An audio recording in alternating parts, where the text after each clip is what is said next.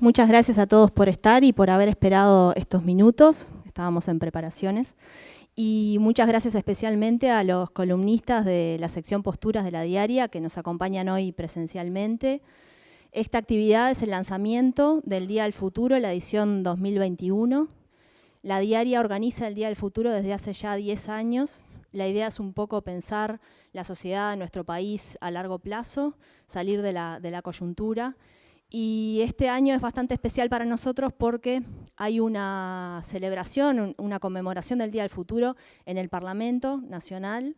Es el próximo lunes, una jornada que organiza el Parlamento para celebrar el Día del Futuro, y también sesiona la Comisión de Futuro ese día. Y tanto la Comisión de Futuro como el Día del Futuro son dos iniciativas consagradas en una ley que se aprobó en el Parlamento en el periodo pasado, que fue una ley a iniciativa de la Diaria precisamente. Entonces estamos muy contentos en esta edición. Además de, en esta actividad vamos a empezar hablando un poco del tema medios de comunicación y democracia, pero también tenemos actividades sobre feminismo, sobre ambiente, sobre economía. Ustedes pueden consultar esas actividades en la página diadelfuturo.ui y ahí está todo el calendario de actividades. Y bueno, en esta ocasión, en esta mesa, que no es mesa, pero estamos en este estrado, me acompañan Lucas Silva, que es director de la Diaria Local y fue nuestro director periodístico hasta marzo de este año, Gabriel Lagos, que es el director de la revista Lento, y bueno, y quien les habla, que es Natalia Ubal, directora periodística de la Diaria. Como les decía, el tema de esta actividad del día de hoy es medios de comunicación y democracia, nuevos y viejos roles. Y para presentar a nuestro entrevistado virtual, que va a ser José Nathanson, le doy la palabra a Gabriel. Hola, ¿qué tal? Buenas noches. Hola, José. Te vemos en la pantalla. Bueno, muchos de ustedes sabrán que José Nathanson es argentino, periodista y politólogo. Estuvo, bueno, en la redacción de Página 12, después fue columnista de ese medio, estuvo al frente de Nueva Sociedad durante varios años, ese proyecto de la Fundación Friedrich Ebert, y desde hace 10 años es el director periodístico del Diplo, la versión argentina de Le Monde Diplomatique. Además de ser columnista para medios internacionales, como el New York Times, por ejemplo. Así que, bueno, vamos a estar intercambiando un rato con él. Vamos a dividimos temáticamente la charla con José. Lucas va a estar hablando de asuntos de actualidad de medios. Con Natalia van a estar conversando de fenómenos recientes políticos, bueno, no tan recientes, ¿no? El avance de algunos tipos de autoritarismo, por así decirlo. Y yo voy a estar hablando, haciéndole algunas preguntas sobre política argentina actual, de la que él es uno de los analistas más finos y reconocibles. Pero para empezar a dialogar con José, quería preguntarle algo sobre su propia trayectoria, ¿no? ¿Cómo esa vocación por el estudio de la política, el análisis político y el periodismo? ¿Cómo surge?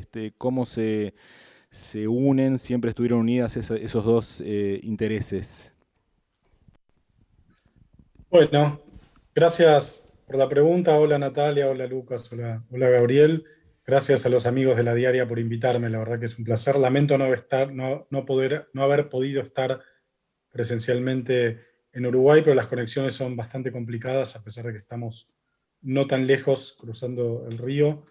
Se hacía muy difícil llegar, entonces, bueno, esto que es creo que una de las pocas cosas más o menos positivas de la pandemia, aunque todos odiemos los Zoom, yo por lo menos, nos permite estar en lugares que de otro modo no nos permitiría. No, respondiendo a la pregunta, mira, voy a ser breve. A mí siempre me gustaron dos cosas, la política y escribir. Y no había muchas alternativas. O le escribía, o me dedicaba al asesoramiento y a escribirle discursos a algún político, o me dedicaba al periodismo político, que la verdad que es lo que más me gusta. Decidí no estudiar periodismo de manera bastante deliberada. Me pareció y me dieron en algún momento el consejo de que mejor que estudiar periodismo era estudiar alguna carrera universitaria más amplia. Y bueno, era o sociología o política o historia, y como lo que me gustaba era la política, elegí política. Y ahí voy. Y lo que siempre intenté hacer, más o menos en los diferentes lugares en los que participé, tanto en Página como en Nueva Sociedad, como en algunos medios de afuera, o ahora en el Diplo hace tantos años, es cruzar algo de lo que más o menos caso y puedo vampirizar, digamos, de las ciencias sociales con la coyuntura política, que es lo que más me gusta y me apasiona. Entonces, ese es básicamente mi mundo, ¿no? Una cosa medio anfibia, por usar el título de una revista de algunos amigos, ¿no? Un poco, un pie en las ciencias sociales, otro poco en la política, y otro poco también en la escritura, que son las tres cosas que me parece que se cruzan. Bueno, hola José, te saludo desde ¿Cómo acá va? y también buenas noches para ¿Cómo todos. vamos? La primera pregunta justo tiene que ver con... Nosotros tenemos desde acá la impresión que en Argentina la discusión justamente sobre ese vínculo entre poder político y las grandes empresas mediáticas se instaló fuerte, sobre todo en el primer gobierno de Kirchner, Ujú. que de los países de América Latina fue donde capaz que se discutió más el tema, o se puso por lo menos, se colocó fuerte en la agenda, capaz que junto con Venezuela en aquel momento. Sí. Y quería preguntarte ahora un poco a la distancia, ya con este tiempo que ha pasado, dos cosas. ¿Cómo vivió el Diplo toda esa discusión? ¿Cómo la viste vos? ¿Cómo la evaluás ahora a la distancia? Y si de esa pulseada salieron ganadores, si vos evaluás que alguien ganó lo que acá se tal vez medio de manera sintética era el duelo contra Clarín. Sí, Si esa pulseada tuvo ganadores y perdedores, ¿y qué me puedes sí. decir sobre esa discusión que Dale, acá se siguió mucho? está buenísima la pregunta. Empiezo, si te parece, por el contexto y por el final, en realidad. Mirá, para poner en contexto, yo creo que los medios de comunicación, ustedes lo saben muy bien, porque son un medio exitoso, digamos, que logró justamente, creo que uno de los pocos medios que logró nacer, no a pesar de la crisis de los medios tradicionales, sino gracias a la crisis de los medios tradicionales, lo cual no es tan habitual, ¿no? Entonces, los medios, como ustedes saben, están en una crisis fenomenal, los medios tradicionales, ¿no? Había una época que todos los días, literalmente todos los días, cerraba un diario en Estados Unidos. Ya ahora no cierran más porque todos los que podían cerrar, cerraron, digamos, ¿no? Parece que esto tiene que ver, bueno, con cosas muy amplias, las nuevas tecnologías, el celular que todos tenemos en la mano todo el tiempo, las redes sociales, este hecho de que la información ya no se entrega, que yo cuando entré a Página a los 22 años, hace ya tengo 46, hace ya 24 años, la noticia se veía como un producto que uno entregaba, ¿no? Esta cosa fordista de, bueno, yo llegaba a la redacción a las, no sé, 2, 3 de la tarde, me ponía a buscar información, escribía una nota, la mandaba, Mario Weinfeld me la editaba, yo me iba a dormir y al otro día recibía el diario en la casa y veía cómo había salido y la releía en papel. Eso ya no es así, digamos, ¿no? Ahora la noticia es como una especie de work in progress permanente, un proceso más que un resultado, uno diría, ¿no? Esta cosa fordista de entregar una noticia como si fuera un auto e irse a dormir ya no existe más, y ahora hay un accidente, una persona le saca una foto, esa foto se sube a las redes sociales, llega a un canal de televisión, después se analiza en un diario. Bueno, cambió muchísimo y me parece que eso ha hecho que los medios estén en una crisis fenomenal. Yo no soy pesimista en relación, no digo, como dicen todos, no, pero muchos periodistas argentinos, porque cuando estaba Jacobo Timerman, no sé qué, yo no digo eso. Me parece que todas las épocas tienen cosas buenas o malas, pero sí veo que hay una crisis muy, muy, muy fuerte, y que esa crisis es industrial, o sea, hay una crisis de modelo de negocio, de modelo industrial, que abarca a todos los medios del mundo. Creo que hubo una crisis de los medios latinoamericanos cuando los presidentes del giro a la izquierda, ¿no? Los presidentes progresistas de América Latina o populistas, cada uno póngale el nombre que le guste, que en algún momento toda la región o casi toda la región estuvo cruzada por estos gobiernos, cuando estos presidentes entendieron que podían crear algún tipo de bypass mediático y comunicarse directamente con la sociedad, salteándose a los medios de comunicación, ¿no? Todos estos presidentes, a pesar de que algunos eran vistos por ahí por la derecha como muy arcaicos, yo siempre digo, Evo Morales, cuando decidió estatizar el petróleo en el 2006, fue un yacimiento, el yacimiento creo que era de Petrobras en Bolivia, rodeado del ejército, y se puso un casco de yacimientos petrolíferos fiscales bolivianos. No era necesario ni llevar al ejército, pues no iba a haber una guerra contra los trabajadores de Petrobras, que por otra parte estaban a favor de que se nacionalice la empresa, ni era necesario que Evo se ponga un casco porque no le iba a caer ninguna piedra, pues estaba al aire libre. Lo que hacía Evo era montar una escena, teatralizar una escena, y poner en imagen esa nacionalización que fue tan importante en Bolivia en 2006. Entonces hubo también una crisis muy fuerte de los medios tradicionales, porque los presidentes de izquierda latinoamericanos, creo que en Uruguay no fue tan así, pero en Bolivia seguro, en Argentina seguro, en Venezuela seguro, en Ecuador, decidieron saltear a los medios y comunicarse directamente con la población a través de las redes sociales, las cadenas, los discursos, el diálogo presidente, lo que fue. En ese contexto de crisis industrial, en ese contexto de crisis latinoamericana, se dio esta especie de mini guerra nuclear que tuvimos en Argentina entre Clarín y el gobierno. Y para responder de manera contundente a esa pregunta, la guerra la ganó Clarín. Claramente la ganó Clarín.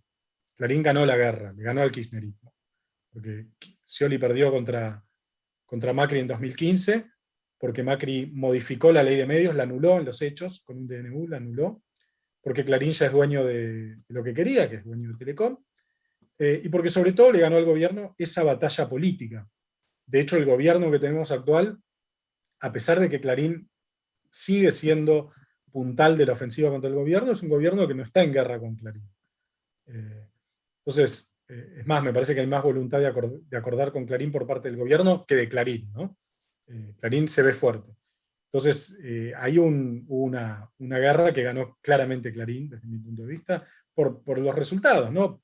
El kirchnerismo perdió la elección del 2015, el nuevo gobierno que asumió le dio a Clarín lo que Clarín esperaba, y el gobierno que vino después, semi-kirchnerista o peronista del Frente de Todos, como fuere, decidió que no iba a ir contra Clarín. Entonces, me parece que es diáfano el resultado. Y en relación al Diplo, bueno, después si quieren lo podemos profundizar, pero muy claramente el Diplo logró, creo yo, salirse de esa batalla y salirse en general del discurso de la grieta, que como ustedes saben en Argentina lo contamina todo. Ahora estamos editando en Capital Intelectual un libro sobre la polarización política, se va a llamar Polarizados, y el subtítulo es una paráfrasis o un juego de palabras con un libro de un sociólogo francés que se llama François Dubet, que a nosotros nos gusta mucho. El libro de Dubet se llama ¿Por qué preferimos la desigualdad aunque digamos lo contrario? Y nosotros le vamos a poner de subtítulo a nuestro libro ¿Por qué preferimos la grieta aunque digamos lo contrario? ¿No? La grieta sigue estando, ¿no? Y Clarín es una expresión de la grieta y el kirchnerismo es otra. Pero el Diplo yo creo que logró zafar de la grieta, no porque seamos ni muy genios ni más inteligentes, sino porque somos un mensuario, simplemente por eso. Al ser un mensuario tenemos una gran ventaja sobre el periodismo. Yo trabajé muchos años en la redacción de página, en la batalla de todos los días. Todos ustedes son periodistas de diarios, o lo fueron y saben lo que significa eso. Un diario tiene que expedirse sobre lo que pasa todos los días. No hay manera de zafar de eso. Tiene que informar. Y en el Diplo hay enormes temas que dejamos pasar, simplemente porque decidimos que no tenemos nada para decir interesante sobre eso. Entonces, cuando no tenemos nada para decir, al ser un mensuario, decimos, bueno, de esto no nos ocupamos de otras cosas. Ahora con la web estamos más complicados con eso, y de hecho estamos pensando mucho cómo tratar, y dijimos, bueno, no nos podemos ocupar de todos los temas, vamos a ocuparnos de, no sé, 10 temas, de algunos temas que al Diplo le interesan. Toda la agenda internacional, por supuesto, con énfasis en algunos lugares, Medio Oriente, Estados Unidos, Europa, China, ¿no? Los lugares que más nos interesan. Vamos a ocuparnos de desigualdad, vamos a ocuparnos de nueva derecha, vamos a ocuparnos de un montón de cosas. Un montón de temas que no nos ocupamos. Se acaba de dar a conocer la noticia de que Fabiola, la primera dama argentina, la mujer del presidente, está embarazada. Va a ser tapa de todos los diarios mañana, no tenemos nada para decir de eso, nada. Y no vamos a decir nada, y no es que seamos más inteligentes, es que somos un mensuario. Y con la grieta nos pasó eso. No nos teníamos que ocupar de todos los temas contagiados por la grieta o tomados por la grieta, nos ocupamos de algunos.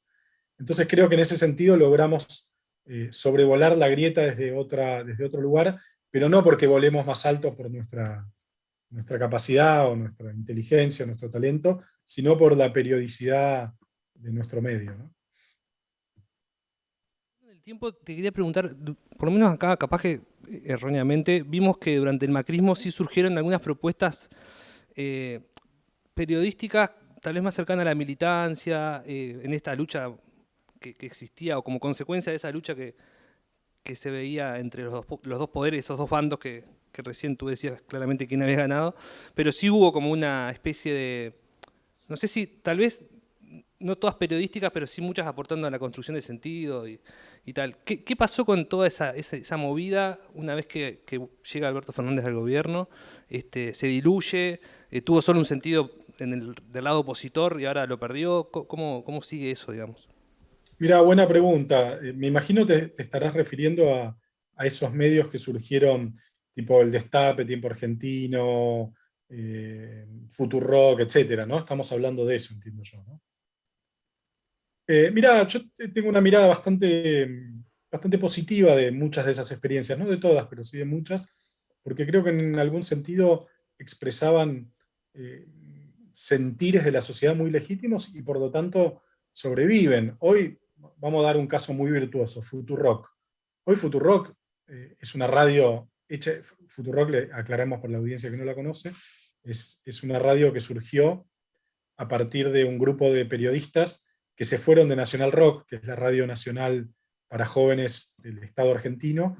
Cuando Macri llegó y los rajó a todos, los echó, fundaron una radio por internet que empezó siendo un experimento militante muy chiquito y es una radio muy potente que compite de igual a igual con algunas FMs políticas tipo Radio con Voz, por decir algo, ¿no? Entonces, y es una experiencia muy virtuosa, muy profesional, con figuras, con una comunidad muy grande de oyentes que aportan todos los meses para que la radio se sostenga, con un poco de publicidad, menos de lo que a mi entender debería tener, porque creo que los anunciantes privados en eso todavía se mueven más lentos, entonces no ven estas nuevas iniciativas, y es un medio muy virtuoso. Otros medios se hundieron y desaparecieron, del entramado de Spolsky, que era este empresario, yo trabajé para algunos de esos medios, que había creado una red de medios muy cercana al gobierno, no sobrevivieron. Entonces me parece que El Destape, por ejemplo, que por ahí a mí no sé si me gusta tanto como Futurock, pero es un medio muy potente, digamos, ¿no? Tiene mucha visibilidad y en eso Roberto Navarro es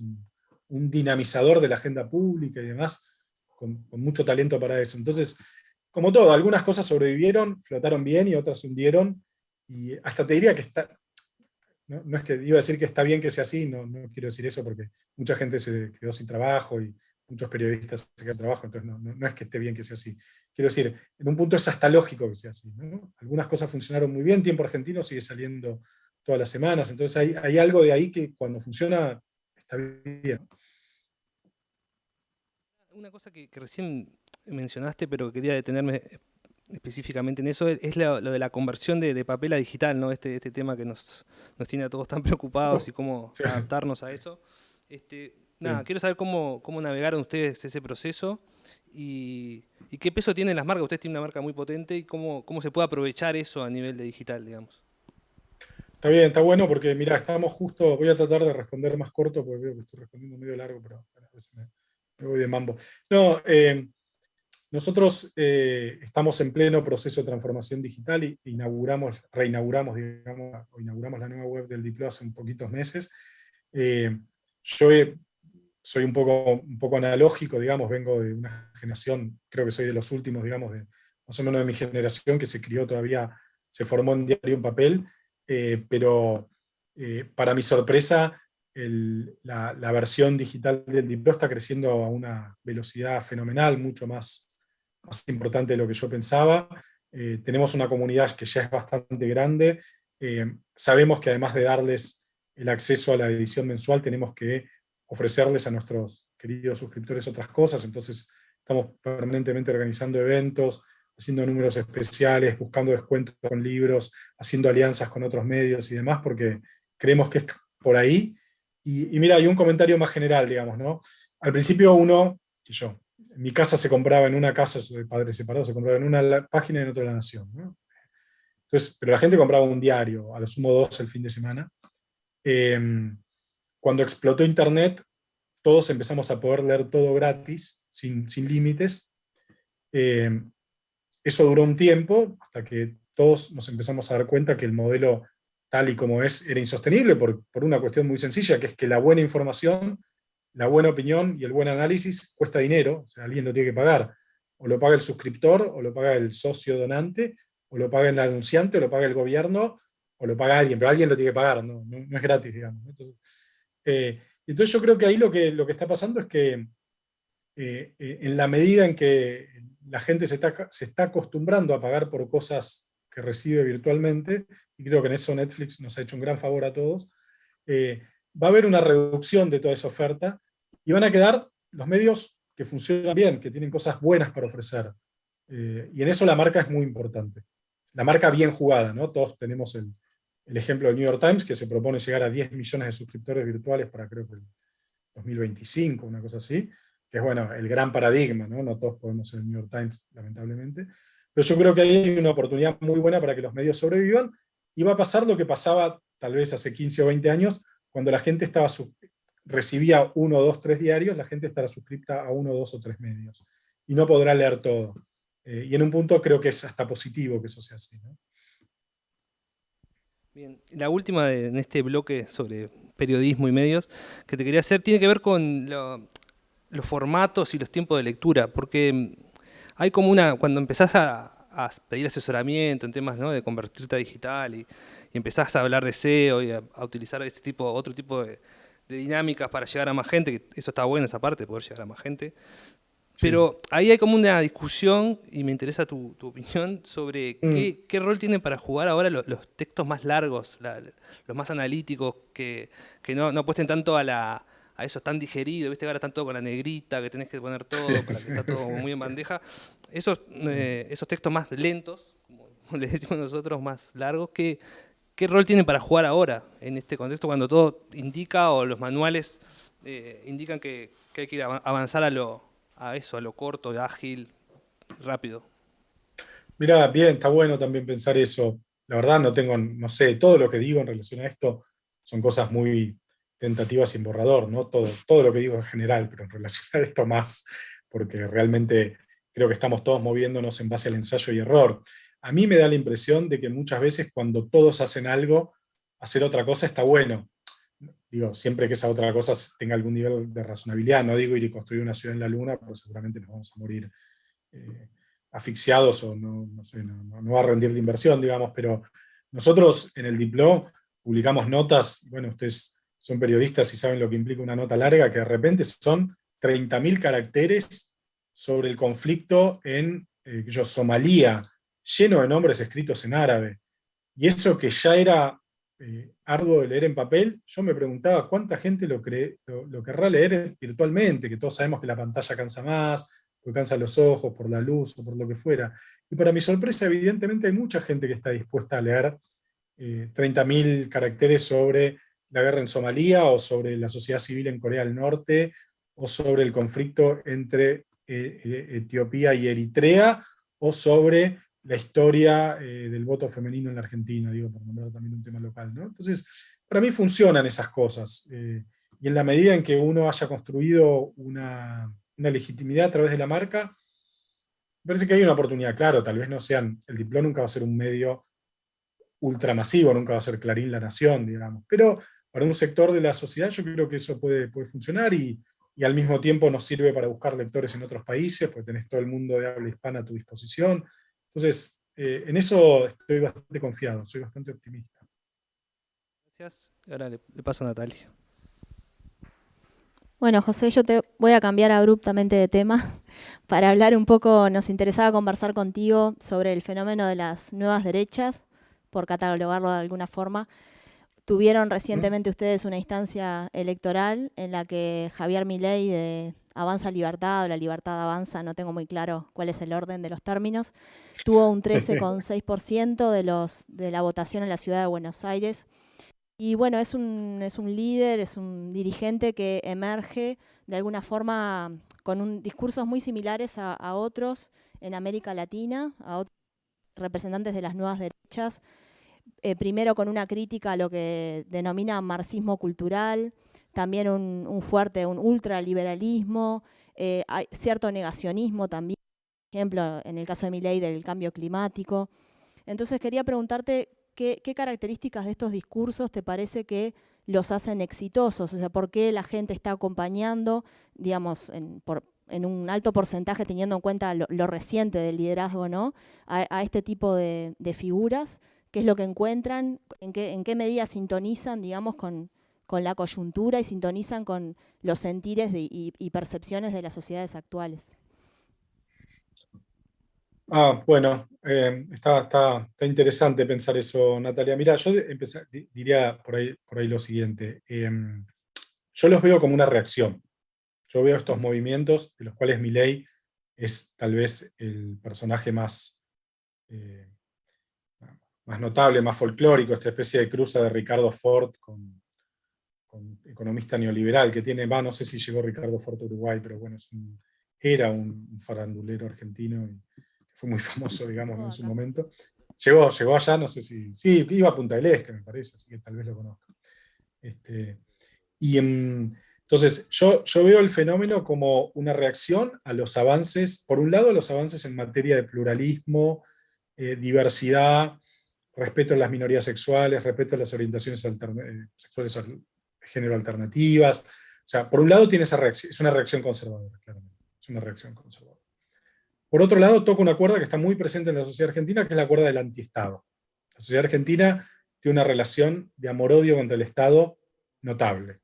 No es una sociedad donde el neoliberalismo cultural se impuso, como en Chile, donde hay un neoliberalismo a nivel molecular fuertemente arraigado. O sea, en ese sentido Pinochet ganó la batalla cultural y Chile es una sociedad muy neoliberalizada, y tampoco es una sociedad, y en esto me permito la licencia de hacer algo que trato de no hacer nunca, que es hablar sobre otros países, digamos, en este caso sobre Uruguay, que tiene por ahí una relación más, ¿cómo decirlo?, más tranquila con el Estado como Uruguay, ¿no? En Argentina la relación con el Estado es una relación volcánica. Y Milei toca la cuerda del antiestatismo también, ¿no? Esta cosa, bueno, los planes, el antiestado.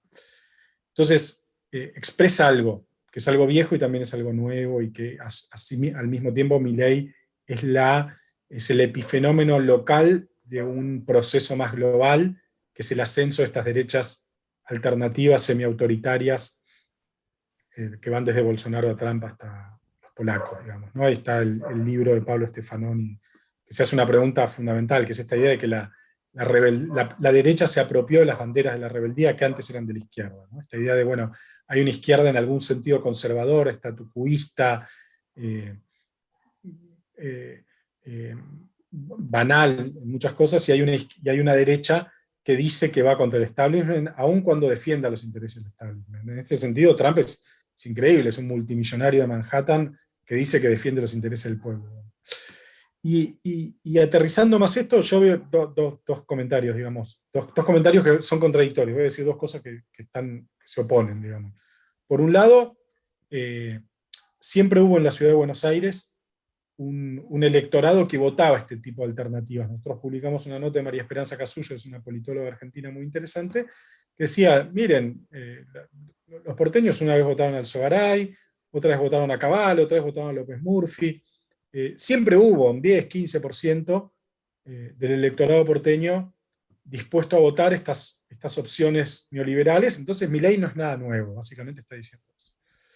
Es cierto eso, por un lado es cierto. Ahora, por otro lado, Milei introduce una novedad en el sentido que en los sentidos en los que me estaba refiriendo recién, ¿no?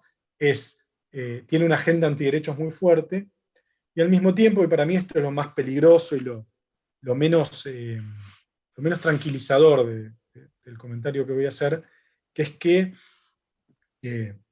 antes de que Donald Trump se convirtiera no en presidente de Estados Unidos, sino en candidato del Partido Republicano, nadie en su sano juicio, salvo 2 o 3 personas muy en el margen, pensaban que Trump podía ser candidato del Partido Republicano, un partido conservador pero de centro, que tenía que buscar el electorado del centro para poder ganar, que había estado empezando a hacer un esfuerzo para conquistar a las minorías latinas, incluso al voto de los afroamericanos. O sea, parecía demencial que Trump pudiera ser candidato republicano, y Trump fue candidato republicano.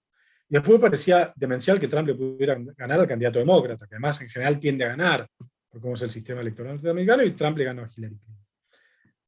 En Estados Unidos, todos decíamos, eso decíamos en Estados Unidos. En Brasil, los politólogos como yo decíamos, no, en Brasil está el presidencialismo de coalición. El presidencialismo de coalición, que es un presidente que, como el sistema político brasileño, el sistema partidario está muy atomizado, compone con partidos de este gran centro, y entonces esto tiende a la moderación. Lula no es tan radical como Chávez, y Fernando Henrique no es tan neoliberal como Menem, entonces hay un gobierno moderado, ¡pum! Ascendió Bolsonaro, tipo que hace 3 meses antes de ser elegido presidente tenía una bajísima intención de voto y fue elegido presidente. Y en España todos decían Vox, es un fenómeno, antes de que surgiera Vox, todo el mundo decía en España, o una parte importante de los analistas españoles decían, España está a salvo de la derecha, está a salvo de la derecha extrema, porque Franco, porque el pasado fascista y la gente no quiere el fascismo y no sé qué. ¿Qué quiero decir con esto? Estos fenómenos no hay que subestimarlos porque explotan de un día para el otro. Parece imposible que en un país como Argentina hoy haya un candidato de populismo de derecha extrema a la trampa, a la Bolsonaro o a lo Vox. Y bueno, y de repente gana la Ciudad de Buenos Aires y hay algo perturbador en esto.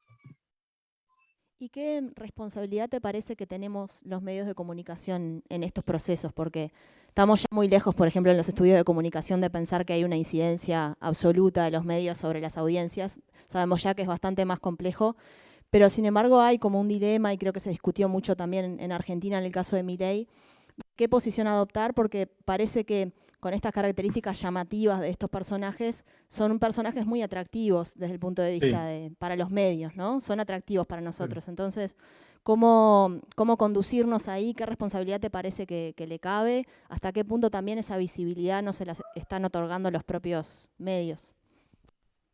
Mirá, es algo que hay que pensar mucho, Natalia, eso, porque Milei tiene una característica, Milei mide. O sea, vos lo ponés a Milei en televisión y te levanta el rating como te lo levantaba en otro momento Ricardo Ford, por recurrir al ejemplo farandulesco habitual. Como te lo levantaba en algún momento Elisa Carrió. Ahora, ¿cuánto de eso se traduce en voto? ¿No? ¿Cuánto de eso se traduce en algo más difícil que voto, que es en la construcción de poder político permanente? Me parece que ahí tenemos que pensar un poco y también ser cautelosos, en el sentido de decir un candidato que mide, un candidato que da un pequeño batacazo en la Ciudad de Buenos Aires no necesariamente se convierte en un fenómeno político permanente. Ahora, yo creo que los medios tenemos una responsabilidad, no tanto en el reflejo de estos fenómenos como en la amplificación de estos fenómenos. Es cierto que Milei produce una fascinación en las audiencias y también una fascinación en los periodistas. No porque necesariamente estemos de acuerdo con Milei, sino porque hay algo raro que hay ahí que a todos nos fascina. Vos estás cambiando, estás haciendo zapping, aparece Milei, y aunque sea para mirarle cómo se peinó esta mañana, lo dejás un segundo, aunque sea. No estoy seguro que la actitud correcta de los medios sea silenciarlo, o hacer de cuenta que no existe, o oscurecerlo. Creo que más bien se trata de desmontarlo, de discutirlo en serio, de construir los argumentos, de plantear miradas más serenas sobre eso. Creo que va por ahí la cosa, ¿no? Hace un rato que hablabas de la cuestión de la agenda de derechos, de género, como un caballito de batalla de estas nuevas derechas. Hablan del tema de la corrección política y bueno, el término marxismo cultural que parecería que engloba todo. ¿Por qué te parece que eligieron ese caballo de batalla, las nuevas derechas? ¿Por qué hablabas recién de una reacción? ¿Pero por qué esa reacción y no reacción frente a otros fenómenos, por ejemplo? Mirá, me parece que en buena medida por responsabilidad de la izquierda eligieron eso. En la medida en que la izquierda, no quiero ser contundente en esto, vamos a tratar de ser un poco más cautelosos en la manera de formularlo. En la medida en que algunas izquierdas dejaron de lado o morigeraron las luchas por la igualdad, las conquistas de nuevos derechos, la lucha por mejores condiciones de vida para las grandes mayorías, y se concentraron exclusivamente en las agendas culturales, me parece que estas nuevas derechas tuvieron menos argumentos para enfrentar a la izquierda en las cuestiones socioeconómicas. Estoy pensando menos en América Latina y más en Europa, ¿no? O en Estados Unidos, donde esta situación está muy claro. El famoso neoliberalismo progresista del que habla Nancy Fraser, ¿no? Esta idea de, bueno, la economía funciona de una manera, la sociedad es de una manera, es desigual, el capitalismo produce desigualdad, la economía es capitalista porque es más fácil pensar en el fin del mundo que en el fin del capitalismo, como la famosa cita a la que todos acudimos todo el tiempo. Y entonces algunas izquierdas, las tibias izquierdas socialdemócratas europeas y americanas, decidieron dejar de lado eso y concentrarse en la lucha, que es una lucha muy importante, muy positiva. No es que una lucha sea más importante que la otra, no estoy diciendo esto. Estoy diciendo que las dos cosas deberían, desde mi punto de vista, ir de la mano, ir juntas, pero muchas izquierdas se concentraron en la lucha que tienen más que ver con la identidad, ¿no? No con esto que nos hace iguales, sino con esto que nos hace diferentes. Porque ¿qué es la identidad? La identidad es lo que cada uno es en una comunidad, pero lo que yo soy, en mi caso, bueno, tengo todas las identidades hegemónicas posibles, pues soy argentino, cuarentón, blanco, de clase media, cis, heterosexual, o sea, reúno todas las identidades judías, soy medio judío, es lo único que podría situarme en alguna minoría, digamos, ¿no? Pero bueno, la identidad en todo caso es lo que nos hace diferentes individualmente. Y la lucha por la igualdad es lo que nos ubica en un lugar de la escala social, ¿no? de la pirámide de ingresos, de la lucha de clases, si vamos al marxismo tradicional. Entonces miramos por el costado y vemos que hay otros tipos que están en el mismo lugar, que son, por ejemplo, trabajadores, o que son, por ejemplo, campesinos, o que son, por ejemplo, burgueses, y eso nos hace iguales, ¿no? Nos hace iguales, y bueno, ahí es cuando construimos un partido político, un pueblo, un peronismo, un vallismo en Uruguay. Entonces, me parece que muchas izquierdas dejaron de lado esas miradas sobre la desigualdad, se concentraron en las miradas sobre la diversidad, y me parece que por eso la derecha ataca sobre eso, ¿no? Perfora sobre ese piso. José, la última que te hago de este bloque sobre las nuevas derechas, quería preguntarte también por la cuestión de la verdad, ¿no? Tan cuestionada, debatida desde el punto de vista filosófico, sí. Tan escépticos que fuimos muchos de nosotros sobre la posibilidad de alcanzar la verdad, y sin embargo, en esta coyuntura donde las nuevas derechas no les interesa la verdad, de hecho mienten a sabiendas, como hizo por ejemplo Bolsonaro en la última Asamblea General de la ONU, mintiendo sí. sobre las políticas ambientales que había adoptado, entre otras mentiras que dijo. Ese vínculo que tienen las nuevas derechas con la verdad, o con la mentira más bien, o con la desinformación, donde, bueno, como decía, parece que no interesara y que fuera... Y es interesante la interpelación que hacen, porque dicen, bueno, en realidad no hay verdad, hay verdades, yo te digo mi verdad, vos tenés la tuya, y parecería que lo que en un momento llamamos hechos o realidad, que como decía, siempre lo debatimos mucho desde el punto de vista filosófico, ahora está cuestionado desde el punto de vista político y cotidiano, ¿no? Entonces, en la discusión política. En ese marco, te quería preguntar también qué rol jugamos los medios, teniendo en cuenta que tenemos un vínculo también muy complejo y particular con la verdad. ¿Qué pensás de esto en general? A ver, voy a decir de nuevo dos cosas contradictorias, muy, muy en borrador y muy tentativas también. Yo creo que los medios, por un lado, tenemos que volver a la verdad, a la idea de verdad, a la revalorización de la verdad. Me parece que es a partir de la revalorización de una idea de que hay una verdad, o algunas verdades, aunque sean verdades que después podamos matizar, cuestionar, o incluso deconstruir, porque es una palabra, un verbo muy de moda, digamos. Yo creo que hay que tratar de volver a eso, porque es cierto que nos pasamos décadas diciendo no hay una única verdad, todos son acercamientos, etc. Pero era un momento en el cual la verdad se imponía como algo dado, como algo inamovible, como una roca dura que estaba ahí grabada en la roca de los tiempos, digamos.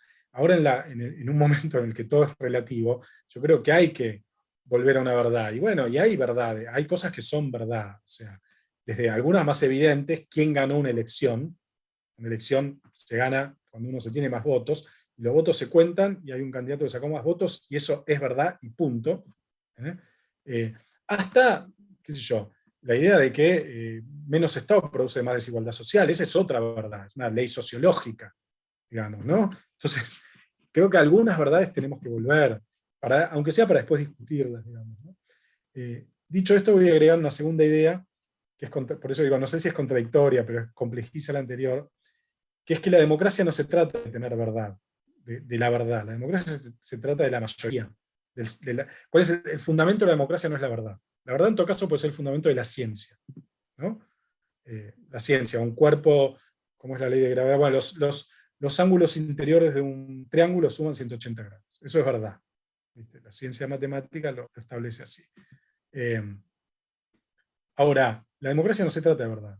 El fundamento de la democracia es la soberanía popular, es el poder del pueblo. Y el pueblo a veces puede votar en base a algo, en base a una verdad, a veces puede votar engañado, a veces puede votar bien y a veces puede votar mal, porque el pueblo se ha equivocado 200 millones de veces.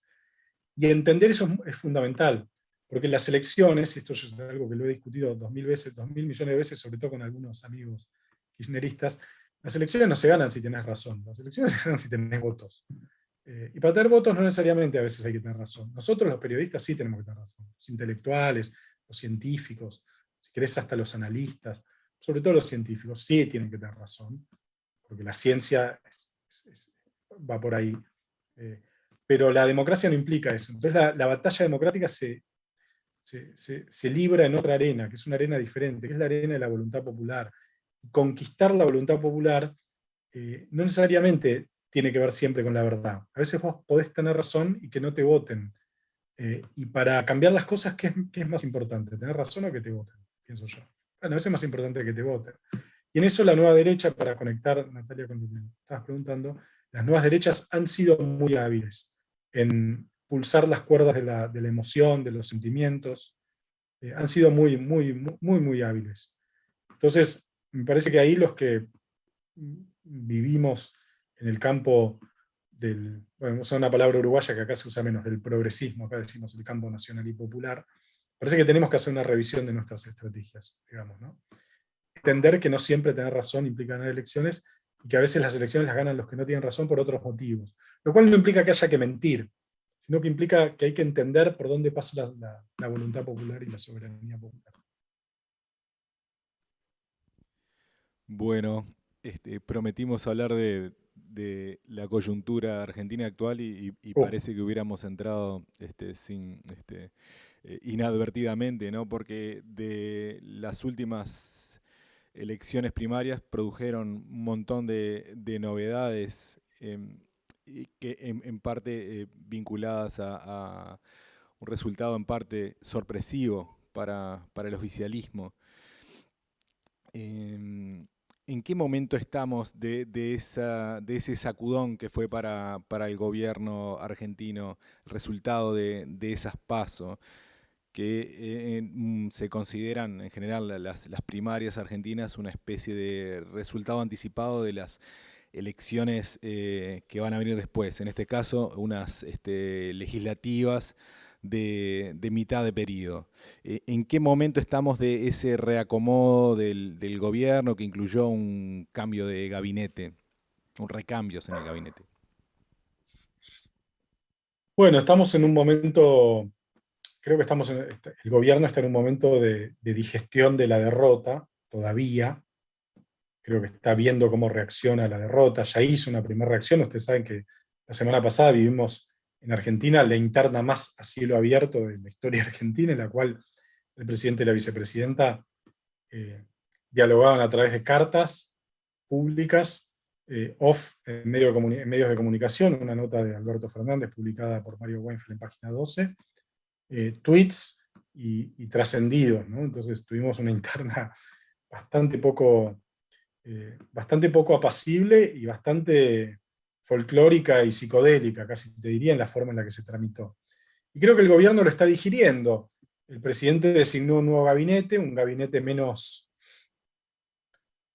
¿cómo decirlo?, menos canchero que el gabinete anterior, por usar una palabra muy rioplatense, digamos, un gabinete menos Aspen en el sentido de la radio Aspen, no sé si llega Aspen a Uruguay, como una radio acá muy de los 90, ¿no? Así era el primer gabinete de Alberto. Vos lo veías y decías, estos tipos están tomando un martini con, no sé, uno de esos nuevos tragos, ¿no? ¿Cómo se llama? El que es de Alcaucil, el licor ese que es de Alcaucil con jugo de naranja y no sé qué. Con una pajita, esa era la idea que te daba ese gabinete, ¿no? Un gabinete, voy a usar una frase de Jorge Asís que le decía a Santiago Cafiero, el jefe de gabinete, le decía el barman de Cabo Polonio, ¿no? Le decía Jorge Asís. Bueno, ese era un gabinete muy de época que quiso armar Alberto. Izquierda caviar. Sí, izquierda caviar, uno podría decir efectivamente también, sí, exactamente. Fue un gabinete que quiso armar Alberto, que armó Alberto, que yo creo que fue un gabinete que enfrentó muchas dificultades, sobre todo en algunas áreas, que la derrota lo forzó a rearmar ese gabinete, y que ahora tenemos un gabinete con mucha más musculatura política, con más volumen, por usar una palabra que se está usando mucho acá, con más conocimiento de Estado, con más experiencia y con menos aspiración de generar una imagen pública de renovación, entre otras cosas, porque todos los que designó, casi todos ya fueron ministros. Muchos de ellos ministros perdedores de elecciones. Julián Domínguez, Aníbal Fernández, Filmus, que es un tipo que perdió en la capital federal varias veces, pero tipos con mucha relación con los factores de poder, con mucho conocimiento del Estado y que le van a imprimir una dinámica seguramente diferente al gobierno. Dicho esto, yo veo muy, muy difícil que el gobierno remonte la paliza que recibió en las elecciones. Fue una paliza muy inesperada y muy contundente. Creo que va a ser muy difícil que lo remonte, porque lo que hubo fue básicamente voto rechazo al gobierno. O sea, desde mi punto de vista, la explicación fundamental del resultado de las PASO fue que la gente no quiso apoyar a este gobierno. No fue un voto de adhesión. El voto siempre tiene dos componentes: un componente positivo y un componente negativo. A veces prima el entusiasmo, la adhesión, el enamoramiento con un proyecto, y a veces prima la voluntad de castigar al otro. Y la gente lo que quiso es castigar al gobierno. Entonces, votó a la oposición, que lo votó más o menos la misma gente que la había votado en las elecciones anteriores, y sobre todo no lo votó al gobierno argentino, ¿no? Hubo mucha gente que no votó, por eso se explica la derrota. Creo que les va a costar al gobierno. Algo por ahí pueden recuperar, pero que dar vuelta al resultado va a ser muy, muy dificultoso. Esa interna a cielo abierto, como le llamaste vos, tuvo, bueno, muchas interpretaciones, pero por lo menos dos. Hubo algunos comentaristas que decían, vieron, Cristina Fernández es la que manda de verdad, y está exigiendo su cuota de poder. Al mismo tiempo, se podría pensar, bueno, no, si hay esa necesidad de expresarlo tan públicamente, de separarse y de exigir, es porque no se está tan dentro de las estructuras de poder. ¿Son en parte verdad las dos, o ninguna, Sí. o un poco? ¿Qué No, te parece a vos? para mí las dos. No, para mí las dos. A ver, este es un gobierno muy, muy raro y muy... casi, no hay antecedentes en la historia, porque puede ser, como decía Andrés Malamud, un politólogo argentino, amigo nuestro, el poder puede estar arriba, el presidente tiene el poder, o puede estar al costado. Cámpora y Perón, Putin y Medvedev, siempre me cuesta pronunciar, cuando Medvedev fue primer ministro y Putin, cuando Putin fue primer ministro y Medvedev fue presidente, pero es raro que el vicepresidente sea quien ostenta el poder y el presidente comparta ese poder con el vicepresidente. Eso sí que no hay antecedentes, o hay muy pocos antecedentes en el mundo. Dicho esto, Cristina no tiene todo el poder. Tiene una cuota importante, la cuota mayoritaria, la cuota parte mayoritaria de poder, pero no tiene todo el poder, y el gobierno y el mismo presidente así se lo demostraron. De hecho, hay una cosa muy insólita, que es que Cristina objeta el rumbo de la economía, y Cristina dice: perdimos las elecciones porque la política económica no fue adecuada, incluso hasta lo pone en números, dice 2% del PBI. Pero llama al ministro de Economía y le aclara que no quería que él se vaya. Entonces uno dice, es un cambio de gabinete forzado, impulsado por una persona que, como es Cristina, la vicepresidenta, que detenta la mayor parte del poder, una parte importante del poder dentro de la coalición de gobierno, que objeta el cambio de rumbo el rumbo de la economía, pide un cambio de rumbo de la economía, pero pide que se quede el ministro de Economía. Entonces, realmente es raro. Tal vez el cambio se procese después de noviembre, que es lo que circula por ahí, no lo sé. Y también, dicho esto, me permito agregar un segundo comentario a esto, que es dos comentarios. Uno, por un lado, hay una cuestión de ensamblaje de la coalición que desde el primer momento se vio que no funcionaba. O sea, hay algo ahí que hace que esta interna, que antes era una interna más larvada y más silenciada, y que la semana pasada se hizo tan pública, hace que el modo en el que fue ensamblado la coalición no funciona, y yo creo que en buena medida le impide al gobierno generar un proyecto que entusiasme, que genere adhesión, incluso haciendo cosas muy positivas. Vamos, en Argentina se legalizó el aborto, y daría la impresión de que al gobierno se le escapa líquidamente incluso las buenas cosas que hace, ¿no? Un poco por esto. Entonces, creo que el engranaje, los engranajes están rotos, no sé si están rotos, pero chirrían y hacen ruido cuando funcionan. Y no sé si este cambio de gabinete va a alcanzar a hacer que funcionen mejor. Decías que no es tanto un triunfo de la oposición como una derrota del gobierno. Y mencionaste factores económicos. ¿Qué otros componentes hay en ese posible fracaso? No sé, podría pensarse el manejo de la crisis sanitaria, de la pandemia. ¿Es un componente? ¿Qué otros hay Sí. en tu punto para vos? Mira, está buenísima la pregunta, porque justo estoy escribiendo el editorial del Diploma de Octubre sobre ese tema, así que más o menos lo vengo pensando. Yo creo que el gobierno llegó a una conclusión que desde mi punto de vista es equivocada o es parcialmente equivocada acerca de la derrota en las PASO. El gobierno cree, y Cristina así lo pone en la carta, que el gran motivo por el cual perdieron las PASO es que la economía no creció lo suficiente, que no se puso plata por abajo, como se dice en Argentina, que por otra parte habría que revisar las metáforas. Ustedes saben que en Estados Unidos cuando a poner plata por abajo lo llaman tirar dinero del helicóptero, ¿no? Helicopter money, creo que lo llaman así. Eh, eh, entonces, ese es el diagnóstico del gobierno, una especie de materialismo patagónico, decían algunos, ¿no? Como el materialismo histórico de Marx, transformado en materialismo kirchnerista, ¿no? Bueno, que funcione la economía y eso va a hacer que nos voten. O sea, la estructura económica determina el comportamiento político electoral.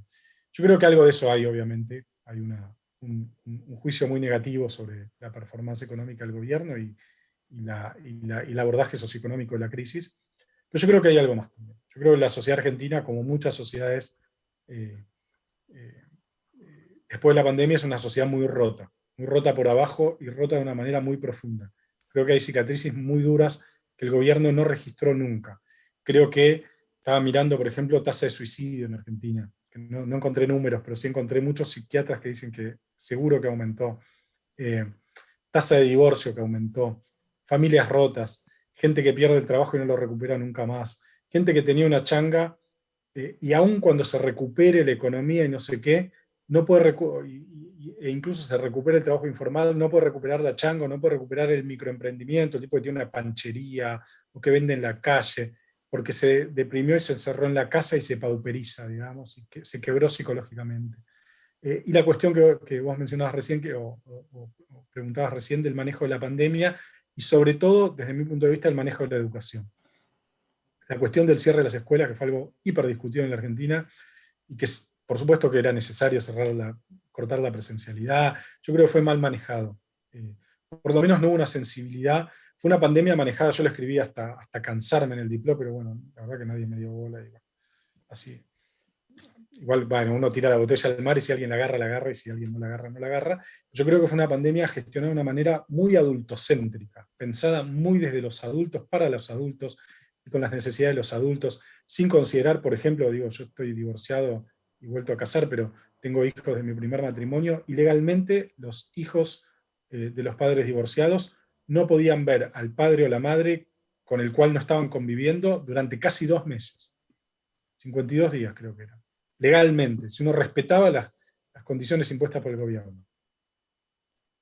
Bueno, hubo ahí un manejo muy insensible, creo yo, de estas cuestiones, que produjo además cuestiones dramáticas como la desconexión de los adolescentes de la escuela, que la gente que trabaja especializada en cuestiones educativas sabe que una vez que lo perdés al tipo es muy difícil recuperarlo y reinsertarlo en el sistema educativo. Entonces, me parece que ahí hay que el gobierno no vio que la sociedad argentina está rota y que la forma de coser esa sociedad no es solo metiendo plata por abajo. Hay que meter plata por abajo, por supuesto. Hay que lograr que el salario en Argentina le gane a la inflación, cosa que no le gana hace 4 años, por supuesto. Pero creo que también hay que hacer otras cosas que son más difíciles, porque son más abstractas, son casi esotéricos algunos de estos comentarios que estoy haciendo, pero son muy necesarios.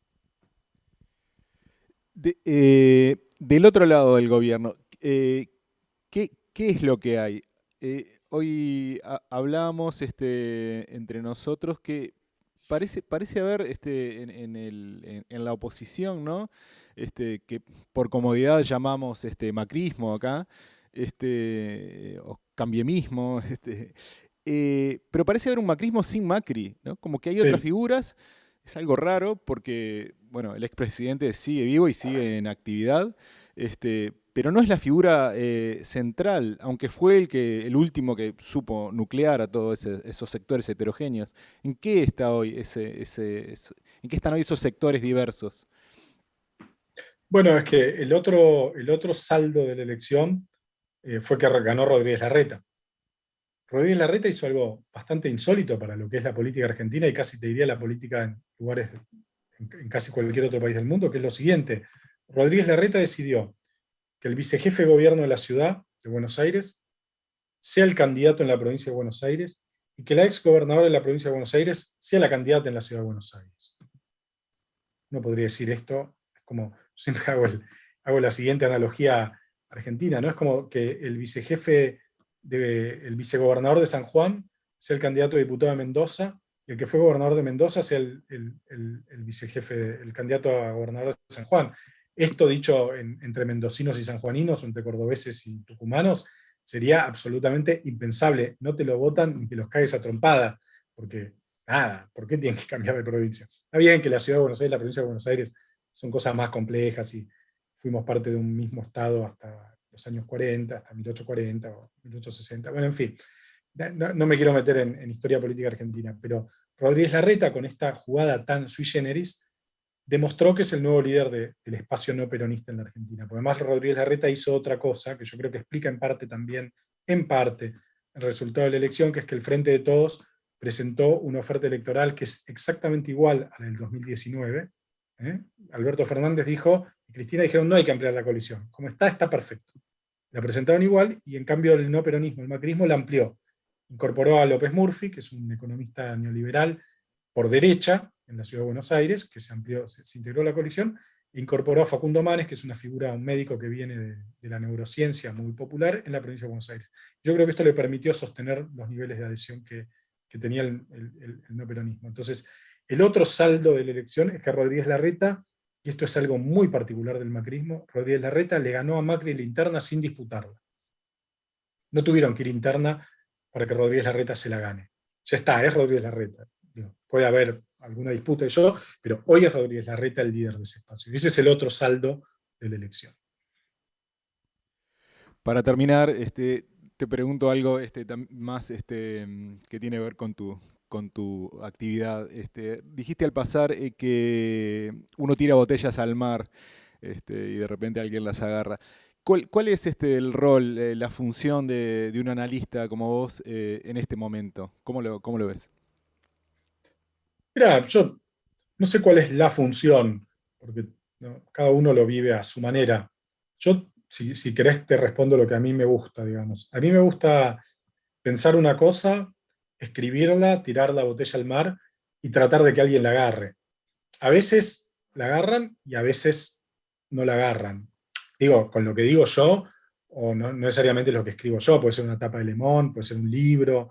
Yo creo que no yo solo, yo y un conjunto de analistas y de personas que participan de la conversación pública, cumplimos un modesto papel intelectual en la idea de que el peronismo se tenía que reunificar, que el kirchnerismo, tal y como había funcionado en los últimos 2 años del gobierno de Cristina, no podía seguir funcionando así, que había que presentar otra cosa, que el peronismo tenía que girar al centro para ganarle al macrismo, que había que ampliar la coalición, que había que incorporar a Massa, que había que incorporar al sindicalismo, a Moyano, etc. Hicimos 10.000 tapas con la grieta, publicamos un libro muy importante para eso que se llamó La Grieta Desnuda, escrito por Martín Rodríguez y Pablo Tuzón, que funcionó, fue como, creo que fue como ¿cómo decirlo? Sin tampoco ponerlo en términos incorrectos, fue como el sostén teórico de ese momento, digamos, ¿no? El argumento de ese momento. Entonces, a mí lo que me gusta es eso, a mí me gusta tirar, digo, yo me la pasé toda la pandemia diciendo, che, hay que hacer algo con los chicos, lo que se está pasando en las escuelas es un desastre, hay que mirar a los adolescentes, hay que mirar a los jóvenes. Nadie me dio ni media pelota, pero bueno, algunas veces te va bien, otras veces te va mal, pero yo creo que esa es la función, ¿no? Opinar desde el lugar que uno tiene, con honestidad y con la mejor capacidad analítica de la que es capaz, y tratar de ver las cosas, digamos. Está buena esta última pregunta que hizo Gabriel porque conecta un poco con el espacio que ahora queremos habilitar, con los columnistas. No sé si estás viendo, no tengo claro exactamente qué estás viendo, José, pero ahí tenemos Miro como un el auditorio monitor. Vi hace un con rato mucha como gente que escribe habitualmente las páginas de opinión de la diaria, que están abiertas a todo el que quiera colaborar, y tenemos algunos colaboradores frecuentes que son los que hoy nos acompañan, algunos otros que no pudieron estar. Así que yo quería abrir un poco la discusión o la charla hacia alguno de ustedes, el que se anime a romper el hielo, tenía alguna pregunta para José.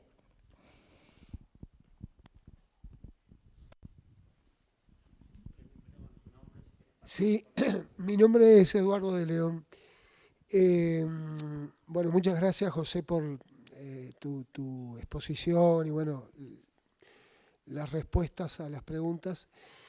Bueno, en Uruguay sufrimos, en mi opinión, de argentinocentrismo. Es un país con el cual compartimos códigos que nos permite traducirnos. Eso es muy productivo, pero nos impide a veces la visión del resto de América Latina. En América Latina está ocurriendo una revolución en Chile de ciertas características. Hay un proceso complejo en Perú.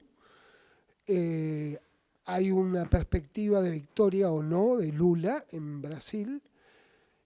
Y acaba de ocurrir una conferencia del CELAC, que era un organismo moribundo en México, en la cual un presidente que tiene un tratado de libre comercio cerrado con Estados Unidos y que destruyó la industrialización autónoma, digamos así, o por lo menos tardía de México, en el marco de ese tratado, tanto como la agricultura campesina, al mismo tiempo cerró la conferencia con la intervención del premier chino, ¿verdad? Y en la cual nuestro presidente tuvo un ping-pong con los presidentes de Venezuela y de Cuba. Entonces mi pregunta sería, hay una guerra fría planteada en América Latina entre China y Estados Unidos, que bueno, notoriamente está provocando un proceso muy fuerte de incertidumbre en todos los actores, especialmente en las derechas y en las izquierdas, porque por un lado China es una formidable traccionadora de commodities y de primarización de América Latina, y por lo tanto radicaliza los modelos extractivos con alta intensidad tecnológica ahora que América Latina tiene desde hace 500 años. Así es. No hablo del papel de Estados Unidos porque creo que es un caos. Estados Unidos no ha definido una política, si es que la ha definido, por omisión en todo caso. Pero mi pregunta sería, yo creo que eso está provocando desacomodos muy grandes en las derechas y en las izquierdas en América Latina, muy grandes. Y mi pregunta sería entonces, ¿cómo ves tú, asumiendo que además esta no es una guerra fría como la anterior? Digamos, acá tenemos un país capitalista que es China, un capitalismo coordinado de mercado, compitiendo, digamos, con un capitalismo liberal de mercado que es Estados Unidos.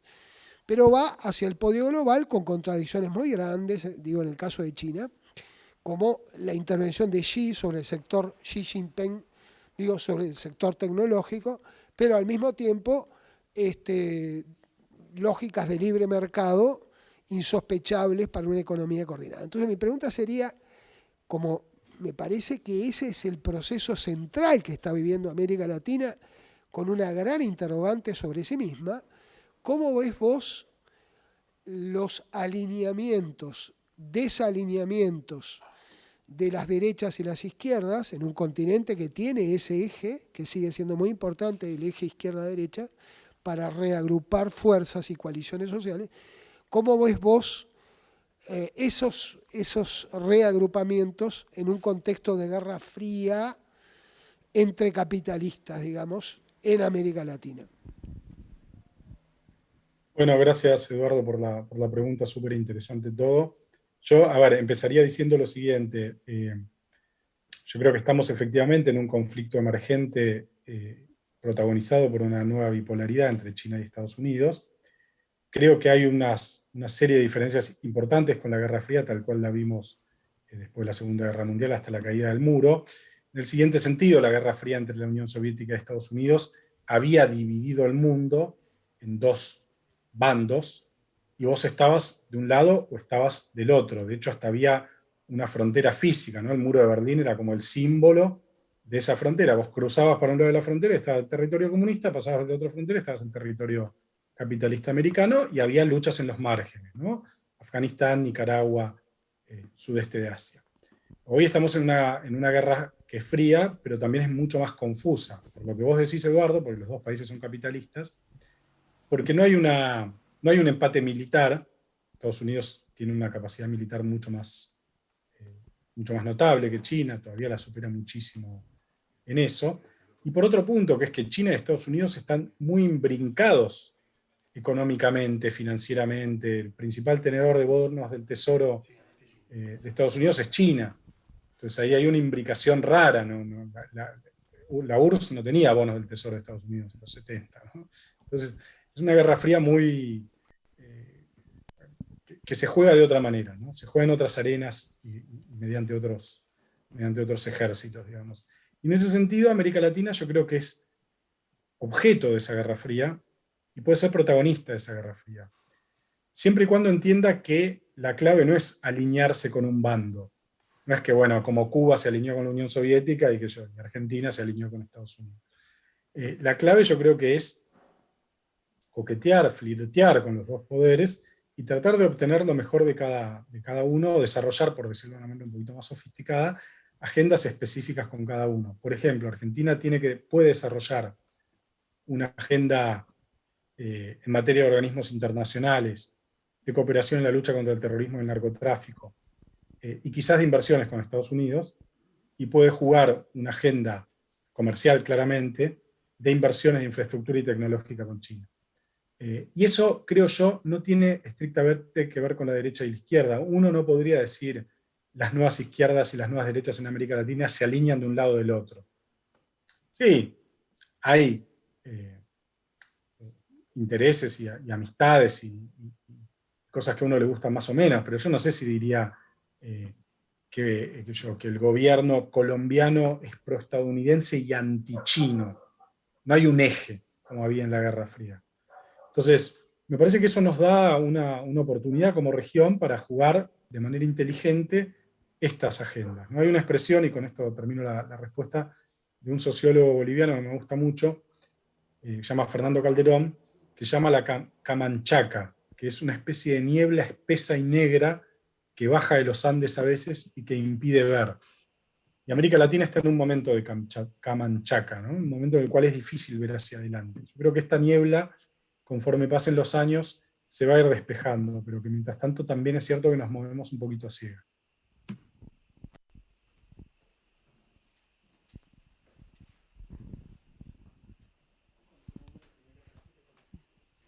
Hola, Adriana Goñi, ¿qué tal?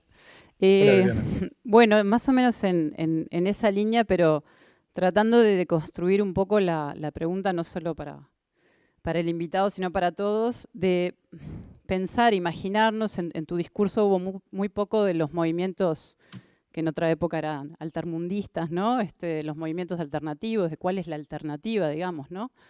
Y bueno, con la pregunta anterior nos volvemos a embretar en tomar partido entre lo menos peor del capitalismo, ¿no? Cuando en realidad América Latina, a nivel internacional, a nivel mundial, ha dado interesantes conceptos, ¿no? Como el de los bienes comunes, conceptos que en realidad, desde el punto de vista de la izquierda, nunca llegan a construir una narración, ni siquiera por ahora de los movimientos de los derechos, pero cada vez más porque se están uniendo, ¿no? Entre los movimientos indígenas, los de las diversidades en general, ¿no? Movimientos LGTB, no sé qué.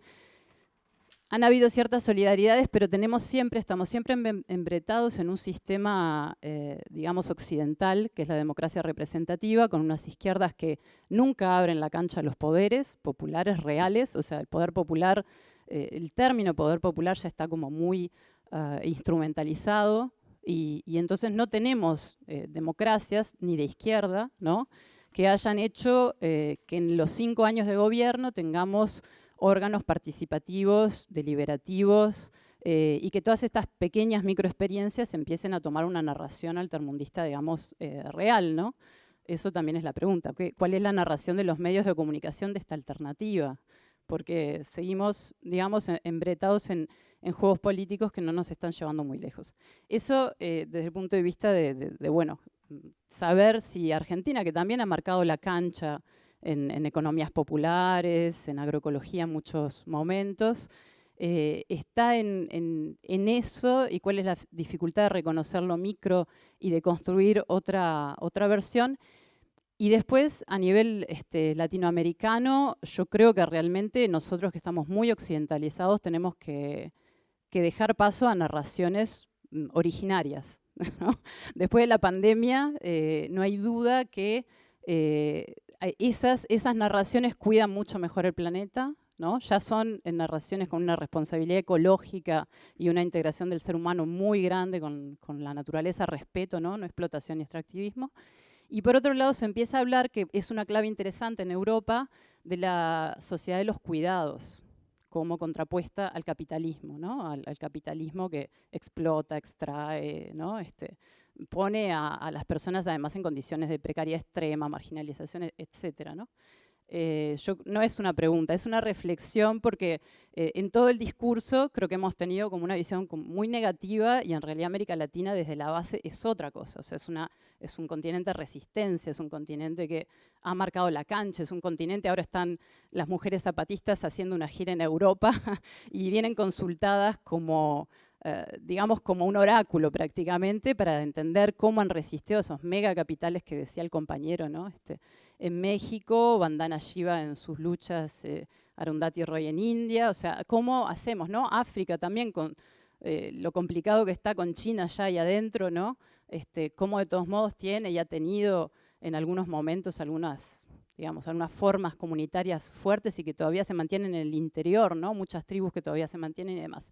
Entonces, si nosotros, que somos países súper occidentalizados, seguimos insistiendo con con una visión de un sistema político completamente occidental, jerárquico, masculinizado, ¿no? Machista, y donde las clases altas son las que gobiernan, o intelectuales, o las que llegan al gobierno desde lo popular se alejan de la base completamente porque no necesitan en 5 años ningún otro sistema deliberativo.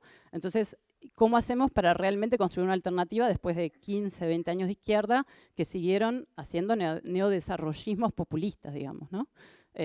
Con buenas intenciones, con mejoramientos increíbles, ¿no? Desde el punto de vista de la calidad de vida, pero que no están cambiando la narración. Seguimos por la democracia representativa, seguimos por el capitalismo menos peor, redistribuyendo, ¿no? Entonces ahí, no sé si eso se está hablando ahora en Argentina, pero bueno, es un tema que hasta que no rompamos con estos esquemas occidentales jerárquicos impuestos por la colonización, va a ser muy difícil buscar alternativas, ¿no? Bueno, gracias Adriana por la pregunta.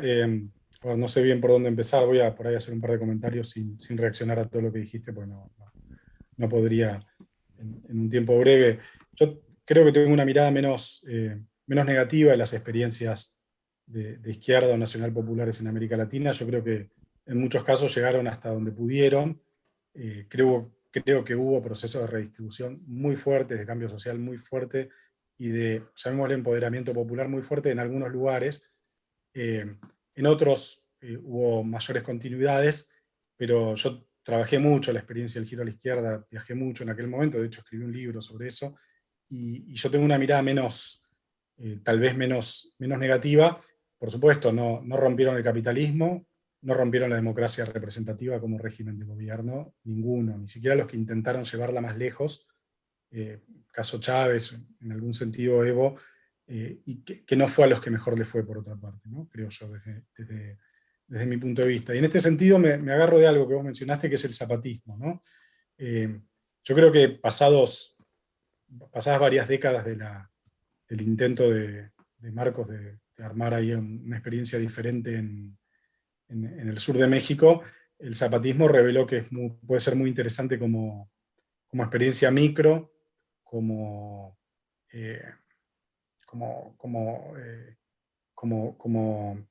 la intención de crear algo distinto a nivel comunal, a nivel micro, a nivel municipio, pero que como proyecto de toma del poder se reveló, creo yo, por lo menos me parece que la historia de México así lo demostró, se reveló poco adecuado, poco productivo, poco rico. ¿Qué quiero decir con esto? A ver, había una discusión en América Latina, una discusión no explícita, ¿no? Marcos decía, hay que cambiar el mundo sin tomar el poder. Y Chávez decía, yo tomo el poder y después veo qué hago, ¿no? A mí me parece que la discusión teórica la ganó Chávez, ¿no? sin que sea una discusión literal, no es que se sentaron en una mesa a conversar, ¿no? Porque Chávez sí logró cambiar muchas cosas de Venezuela. Después Venezuela, bueno, entró en otra hecatombe, digamos, ¿no? Digo Chávez, digo Evo, digo Lula, digo el Frente, digo el kirchnerismo, ¿no? Que era, primero agarremos los fierros y cuando agarramos los fierros vemos para dónde vamos. Vamos a tratar de ir lo más para este lado que podamos, pero vemos. Y no tengo una evaluación muy optimista de hasta dónde pueden llegar estas otras experiencias. Sí a nivel micro, sí a nivel comunal, pero me parece que si hay algo que demostró el giro a la izquierda, o esta década de izquierda en América Latina, es que es desde la representación democrática clásica, como se llega al poder, y es desde el Estado desde donde se transforma la sociedad. Bueno, la verdad que es muy interesante los planteos y hay varios niveles, digamos, ¿no? O sea, yo creo que esta cuestión de que el capitalismo a través de distintos sistemas y formas políticas, perdón, sí, disculpa, Nelson Villarreal, Hola, Nelson. Disculpa que, a ver, yo creo de que hay un debate que hace, ¿no?, cuáles son las condiciones en las cuales hoy el capitalismo está actuando y cómo nos valemos de un conjunto de instrumentos para que se transformen las sociedades, sino que la verdad que ahí hay todo un debate geopolítico y en qué condiciones nos encontramos, ¿no? Yo creo que hay un problema también en esto que planteaba y cuando Natalia tiraba la cuestión de la verdad, ¿no? Y tú lo llevabas a la cuestión de la democracia y los relatos, es decir, a la opinión. Y yo creo que hay que introducir, ver, ¿no?, en estos procesos sociales de América Latina, la construcción social también de la verdad, está ligada a las formas de las repúblicas, ¿no? Dado que muchos países en América Latina han hablado de estos 200 años, ¿no? O sea, en qué medida se constituyeron repúblicas que son excluyentes, ¿no?, oligárquicas, como le queramos llamar. Y estamos viendo procesos sociales en Chile, Colombia, en distintos lugares, movimientos sociales, digamos, ¿no?, que están mostrando una construcción social de la verdad, que no significa que la verdad no sea posible alcanzar de alguna manera. Y tú la llevabas nada más que a la cuestión de la ciencia. Yo creo que ligar la cuestión de este debate, no solo como la democracia, que es un relato y opinión, hacia el desafío del periodismo, del análisis, donde se construye argumentación en los procesos sociales. ¿Cuáles son las voces que hoy hay que escuchar para justamente ligar los procesos de construcción de verdad? ¿Cómo lo ves tú, digamos, en ese sentido, ¿no? Es decir, ¿por qué? Evidentemente que si entendemos la verdad como esencialismo, terminamos en el dogmatismo. La historia ha mostrado lo que esto implica. El relativismo también, ¿no? Y entonces, ahí yo creo que no cabe la menor duda de decir que hoy, como Gramsci plantea, ¿no?, entre estos cambios sociales emergen los monstruos. Pero también en la Civita Dei de San Agustín, la posibilidad de ver que se está cayendo una realidad y para eso la argumentación tiene que hacer el vínculo con la posibilidad de la verdad.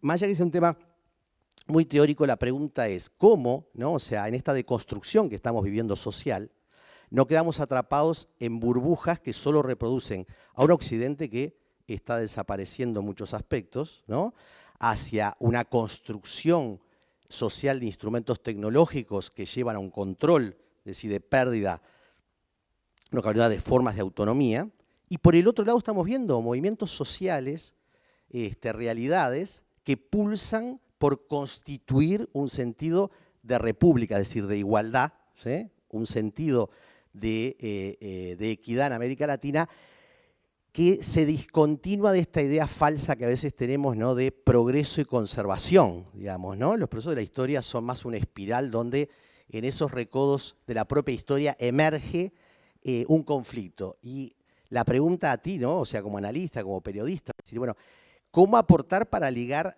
hacia eso? Porque si no, podemos quedar justificando una lógica de democracia que es mera opinión, es mero relato, y es la que termina hegemonizando, y el sistema lo sabe manejar muy bien. Entonces, la contracultura, ¿por dónde pasa ahí?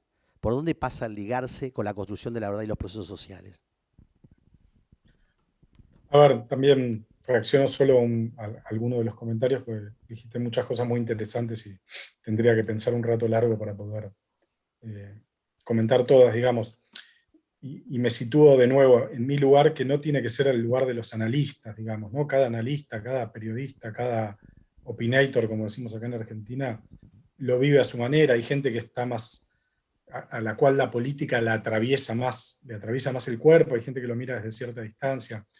Yo, por lo menos como yo lo veo y como yo lo trato de hacer, creo que en ese sentido mi función es tironear hacia el margen, digamos, ¿no? Tironear hasta donde uno puede, hasta donde uno cree que corresponde, o sea, plantearse siempre en algún lugar de cierta incomodidad, de generar alguna cierta perturbación sobre lo que está dicho, digamos, no refrendar todo lo dicho.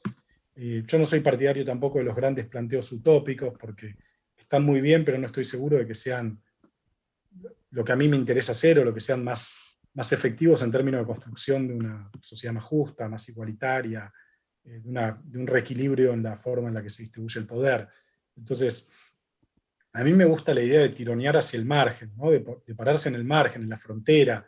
Qué sé yo, cuando estábamos en pleno conflicto del campo entre el kirchnerismo y Clarín, yo escribía todos los domingos una columna en Página 12, tenía una página entera que tenía que escribir, y yo lo que trataba de hacer ahí, sabiendo que estaba en uno de los dos bandos en disputa, era plantear las contradicciones de mi propio bando, plantear la posibilidad de escuchar o incluso de articular con algo de lo que estaba del otro bando,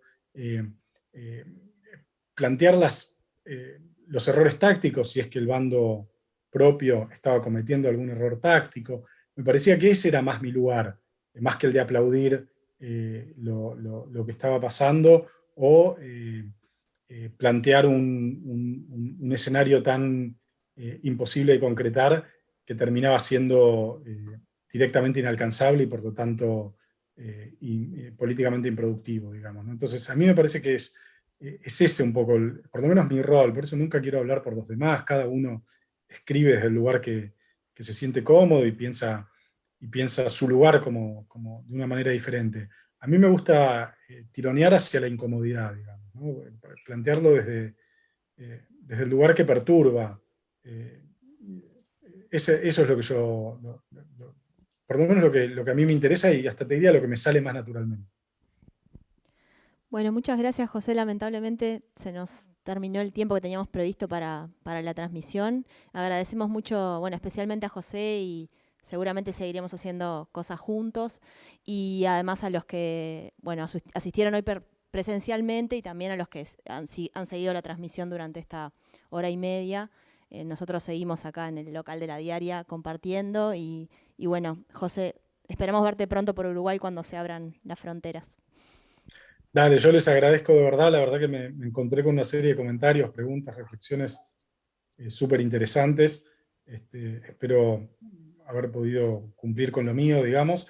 Y dale, y ojalá nos veamos en Montevideo en cuanto reviva el buquebús diario, o lo que sea que necesitemos para trasladarnos hasta allá. Si no, nos vamos nadando, caminando. Creo que hay partes del Río de la Plata, si no vas por el canal, que puedes llegar caminando, no es tan profundo. Nada, bueno, de vernos en Montevideo la próxima. Les agradezco a todos y les mando un abrazo grande desde Buenos Aires. Bueno, muchas gracias a todos y a todas.